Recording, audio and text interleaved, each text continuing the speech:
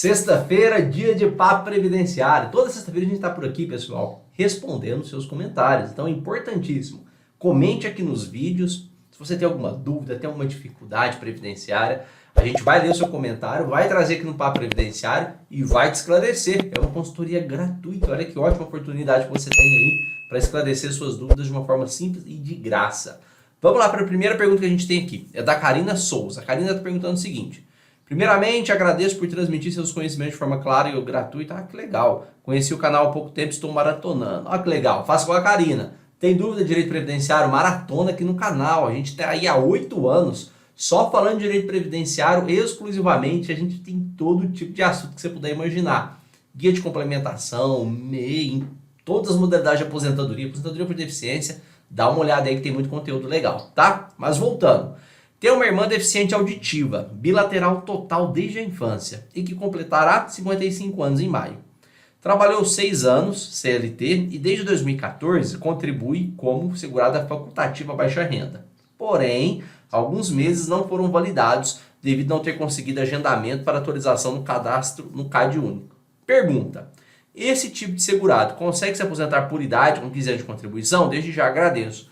Karina, a resposta direta é sim, consegue aposentar. Por mais que ela contribui como segurado facultativo de baixa renda, se tiver correta as contribuições, esses meses aí que está irregular, ela não vai conseguir, vai ser desconsiderado, mas se ela tiver comprovada aí a deficiência, né, no caso surdez bilateral, se ela conseguir comprovar o tempo aí de contribuição, a carência mínima de 15 anos, né, e como ela já tem essa deficiência desde a infância, perfeito, ela vai conseguir aposentar por idade, por deficiência, sem nenhum tipo de problema, mesmo sendo segurado facultativo de baixa renda.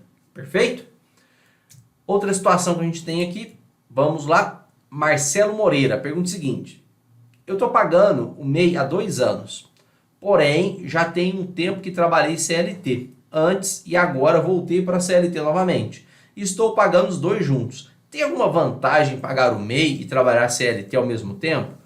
Marcelo, depende da modalidade de aposentadoria que você vai solicitar. Porque o MEI, para somar em todas as modalidades de aposentadoria, você tem que fazer o complemento de contribuição.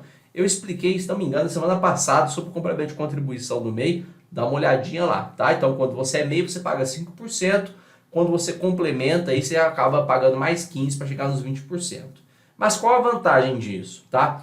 Dependendo da sua modalidade de aposentadoria, que você não optar por não complementar, você vai aposentar só por idade. Mas vai somar as contribuições, vai somar a contribuição do MEI mais a contribuição do seu trabalho remunerado. Então, se você ganha salário mínimo no MEI mais R$ 4.000 em contribuição remunerada, você pode somar as duas e vai dar como se você pagasse o INSS R$ 5.000 por mês. Então tem essa vantagem aí de ter o MEI, né, que você trabalha como MEI e você trabalhar como CLT, as duas contribuições vão ser somadas para fazer o cálculo da sua aposentadoria. Pode te ajudar, perfeito? Quando eu digo pode, é porque tem que calcular certinho para verificar se está sendo vantajoso isso ou não. Então, se você tem o MEI somente por ter o MEI, não está trabalhando, aí vale a pena fazer o planejamento previdenciário.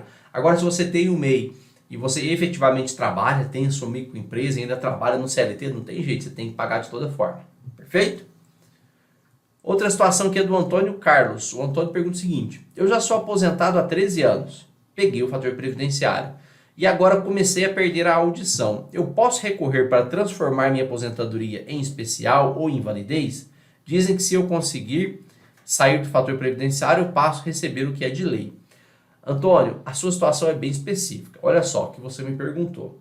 Eu já sou aposentado há 13 anos e agora que eu me tornei deficiente ou agora que eu me tornei incapaz de forma permanente. Então você não consegue fazer essa revisão, não consegue fazer essa conversão.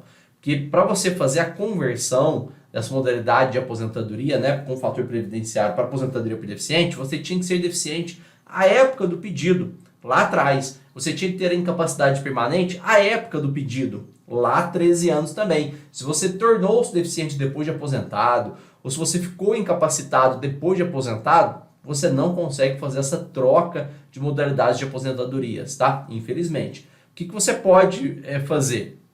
Buscar um advogado, uma advogada aí de sua confiança, para verificar, primeiro, se esses 13 anos aí você demorou para receber esse benefício, porque tem a questão da decadência, tá? E a decadência ela conta em 10 anos depois do primeiro recebimento de benefício, tem que ver se você já caiu nessa situação, e você não pode revisar seu benefício de forma nenhuma, já como o pessoal fala que já decaiu o seu direito, tá?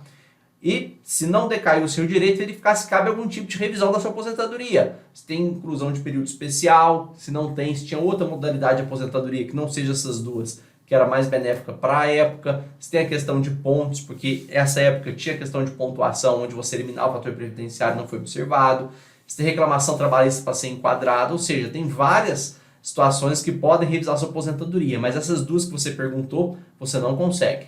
Perfeito? Vamos lá, próxima pergunta da Regilena Barreto. Ela pergunta o seguinte: fiquei no auxílio doença em 5 anos e nunca recebi o auxílio acidente, mas eu fiquei com sequelas. Regilena, é o seguinte, para você receber o auxílio acidente, não basta receber o auxílio doença e ter ficado com sequelas. Você precisa ter sofrido o acidente. Então, às vezes a pessoa, pessoal, teve uma doença e essa doença gerou uma sequela. Eu vou te dar um exemplo. Vamos imaginar que você tem uma diabetes muito alta e aí você tornou-se incapacitado para o trabalho em função da diabetes que você recebe. E aí, estou incapacitado para o trabalho e como consequência da minha diabetes eu sofri uma amputação no meu membro inferior esquerdo. Você ficou com uma sequela daquele problema e você recuperou e voltou para o mercado de trabalho. Então, essa amputação, que é uma sequela proveniente da diabetes que você teve, não gera direito ao auxílio acidente.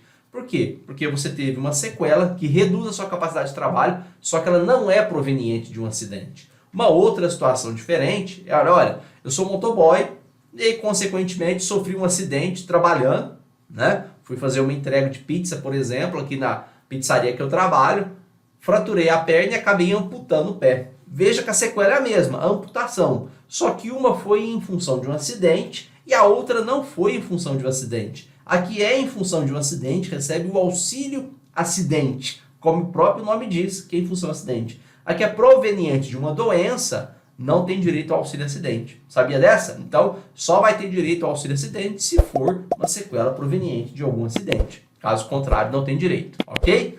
Vem com a gente que na próxima semana tem novo Papo Previdenciário. Até lá! Tchau!